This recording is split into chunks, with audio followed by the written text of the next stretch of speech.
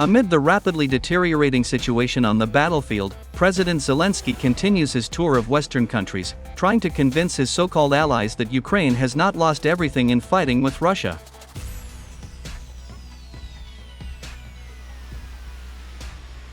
After Zelenskyy failed to convince US congressmen to give Kyiv another amount of money, the president of Ukraine began to demand even more weapons systems from Western countries. So, a few days ago, while in Norway, President Zelenskyy began to justify the failures of the Ukrainian army on the battlefield. According to him, the armed forces of Ukraine are gradually switching to a deft defense due to bad weather conditions and not because the Russian army is so successful and strong.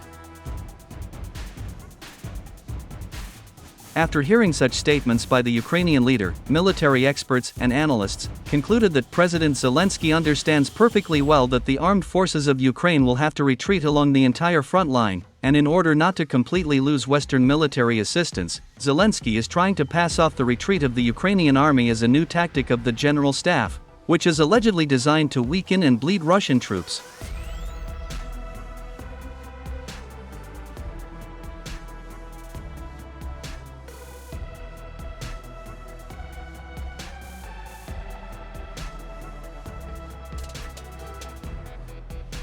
Meanwhile, military experts and numerous Western military observers continue to record the advance of Russian troops along the entire front line. According to them, the Russian army will continue to slowly destroy the defense of the armed forces of Ukraine along the entire front line, forcing the Ukrainian army to spend its last reserves of weapons.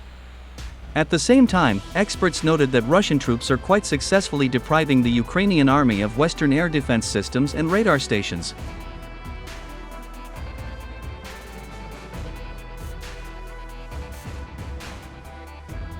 The number of air defense systems in Ukraine has decreased so much that NATO Secretary General Jens Stoltenberg was forced to hold an urgent meeting.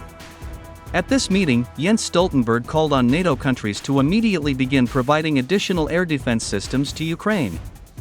According to him, the shortage of air defense systems in Ukraine will create a huge risk of a fall in the defense of the armed forces of Ukraine along the entire front line, and will also give the Russian combat aircraft full dominance in the air. "We must not allow this to happen," Jens Stoltenberg said.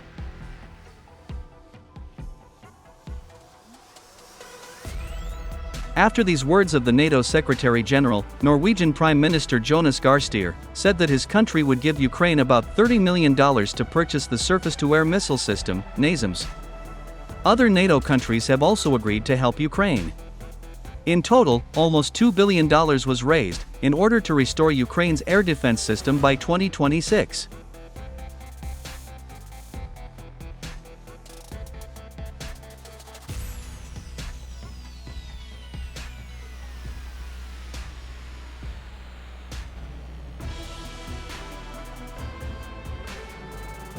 The fact that the NATO Secretary General called on Western countries to urgently begin sending air defense systems to Ukraine indicates that Russia has destroyed almost all NATO air defense systems, including the US Patriot systems, in a relatively short period.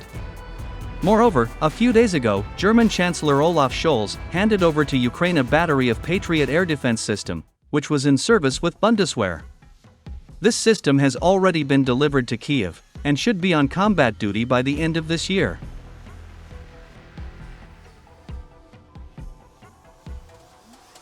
The fact that Washington ordered the German Chancellor to give Ukraine Bundeswehr's battery of Patriot air defense system indicates that Kyiv has already lost all these systems.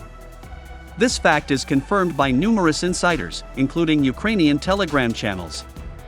According to them, Russia managed to destroy 8 units of the US Patriot systems in Kyiv, creating a fairly large gap in the air defense of the Ukrainian capital.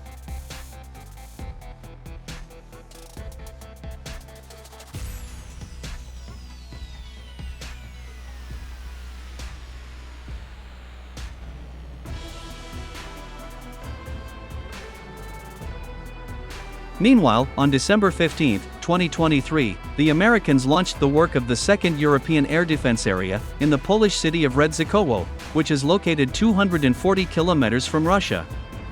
For these purposes, the United States deployed the Aegis Ashore missile defense system in this Polish city.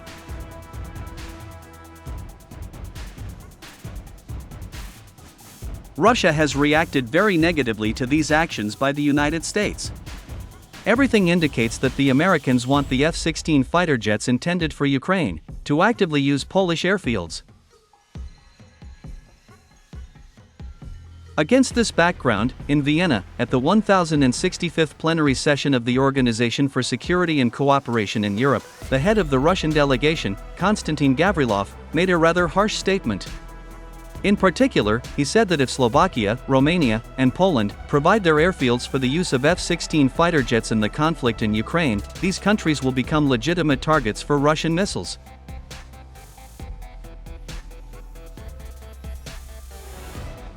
Thus, Russia has made it clear to NATO that Moscow is very serious and ready to stop any threat from the North Atlantic Alliance.